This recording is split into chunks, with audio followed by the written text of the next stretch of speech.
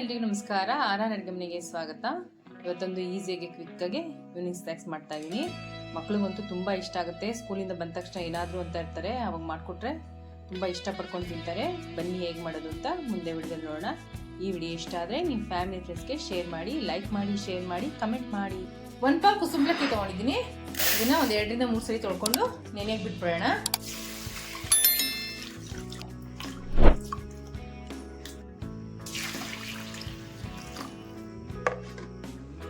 ಅಕ್ಕಿ over night ಚೆನ್ನಾಗಿ ನೆಂದಿದೆ. ಒಂದು ಮಿಕ್ಸಿ ಜಾರ್ ತಗೊಂಡು ಇದನ್ನ ಅಕ್ಕಿನ ಗಟ್ಟಿಯಾಗಿ ರುಬ್ಕೋಬೇಕು. ನೋಡಿ, ಇಷ್ಟು ಗಟ್ಟಿಯಾಗಿ ರುಬ್ಕೊಂಡಿದ್ದೀನಿ. ಒಂದು ಬೌಲ್ ಶಿಫ್ಟ್ ಮಾಡ್ಕೊತಾ ಇದ್ದೀನಿ. ಒಂದು ಪ್ಯಾನ್ನ ಬಿಸಿಗೆ ಇಟ್ಕೊಂಡಿದ್ದೀನಿ. ಇದಕ್ಕೆ 90 ಗ್ರಾಮ್ ಅಷ್ಟು ಹುರ್ಗಡ್ಲೆ ಹಾಕೊತಾ ಇದ್ದೀನಿ. ಇದನ್ನ ಸ್ವಲ್ಪ ಬಿಸಿ ಮಾಡ್ಕೋಬೇಕು. ಬೆಚ್ಚಗಾದ್ರೆ ಸಾಕು.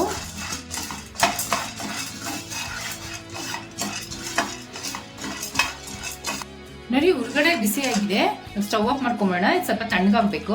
ಒಂದು ಮಿಕ್ಸಿ ಜಾರ್ ತಗೊಂಡಿದ್ದೀನಿ. ಇದಕ್ಕೆ ಒಂದು 10 ರಿಂದ 12 ಗೋಡಂಬಿ ಹಾಕೊಂತಾ ಇದ್ದೀನಿ. ಇದನ್ನ ಸ್ವಲ್ಪ ತರಕಾರಿಯಾಗಿ ಪುಡಿ ಮಾಡ್ಕೊಂಬಿಡೋಣ. ನೋಡಿ, ಈ ತರ ಪುಡಿ ಮಾಡಿ ಇಟ್ಕೊಂಡಿದ್ದೀನಿ. ಹುರಿದಿಟ್ಕೊಂಡಿರೋ ಹೊರಗಡೆ ತಣ್ಣಗಾಗಿದೆ. ಇವಾಗ ಇದನ್ನ ನೈಸಾಗಿ ಪೌಡರ್ ಮಾಡ್ಕೊಂಬಿಡೋಣ. ನೋಡಿ, ಈ ತರ ನೈಸಾಗಿ ಪುಡಿ ಮಾಡಿ ಇಟ್ಕೊಂಡಿದ್ದೀನಿ. ಹೊರಗಡೆ ಪುಡಿ ಮಾಡಿ ಇಟ್ಕೊಂಡಿದ್ದಲ್ಲ, ಅದನ್ನ ಹಿಟ್ಟಿಗೆ ಹಾಕೊಂತಾ ಇದ್ದೀನಿ. ಗೋಡಂಬಿ ಪುಡಿ, 1 ಟೇಬಲ್ ಸ್ಪೂನ್ ಕರ್ಬೂಜದ ಬೀಜ, 1 ಟೇಬಲ್ ಸ್ಪೂನ್ ಕುಂಬಳಕಾಯಿ ಬೀಜ, 1 ಟೇಬಲ್ ಸ್ಪೂನ್ ಚಿಲ್ಲಿ ಫ್ಲೇಕ್ಸ್. ಇದು ನಾನು ಚಿಲ್ಲಿ ಫ್ಲೇಕ್ಸ್ ಹಾಕೊತಾ ಇದ್ದೀನಿ. ನೀವು ಬೇಕಾದ್ರೆ ಹಸಿಮೆಣಸಿನ್ಕಾಯಿ ಪೇಸ್ಟು ಹಾಕೋಬಹುದು.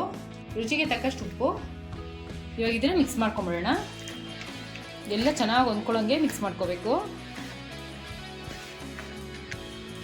ನೋಡಿ, ಇವಾಗ ಸ್ವಲ್ಪ ಗಟ್ಟಿಯಾಗಿದೆ. ಸ್ವಲ್ಪ ನೀರು ತುಂಬಿಸ್ಕೊಂಡು ಮಿಕ್ಸ್ ಮಾಡ್ಕೋಬೇಕು.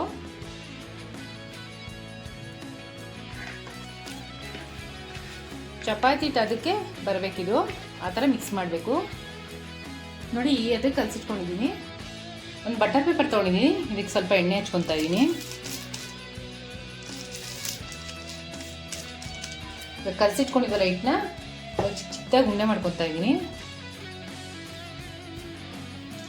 ನೋಡಿ, ಈ ಥರ ಉಂಡೆ ಮಾಡಿಕೊಂಡು ತೆಳ್ಳಗೆ ತಟ್ಕೋಬೇಕು.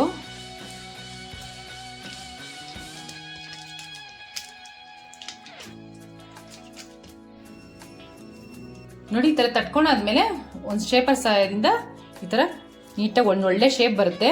ಎಕ್ಸ್ಟ್ರಾ ಸಲ ಈ ಥರ ತಕ್ಕೊಂಡ್ಬಿಡ್ಬೇಕು.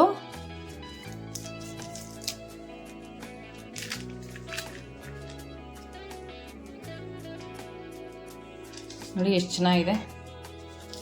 ನೋಡಿ, ಈ ಥರ ಇಷ್ಟು ಸೈಜ್ ಇರಬೇಕು. ಇವಾಗ ಇದನ್ನು ಕರ್ಕೊಂಬಿಡೋಣ. ಇವಾಗೆಲ್ಲ ಈ ಥರ ತಟ್ಕೊಂಡು ರೆಡಿ ಮಾಡಿ ಇಟ್ಕೊಂಡಿದ್ದೀನಿ. ಇವಾಗ ಎಣ್ಣೆಲಿ ಕರ್ಕೊಂಬಿಡೋಣ. ಒಂದು ಬಾಣಲಿ ತೊಗೊಂಡು ಎಣ್ಣೆ ಕಾಯಕ್ಕೆ ಇಟ್ಕೊಂಡಿದ್ದೀನಿ. ಇವಾಗ ಎಣ್ಣೆ ಕಾದಿದೆಯಾ ಅಂತ ಒಂದ್ಸಲ ಚೆಕ್ ಮಾಡ್ಕೊಳ್ಳೋಣ.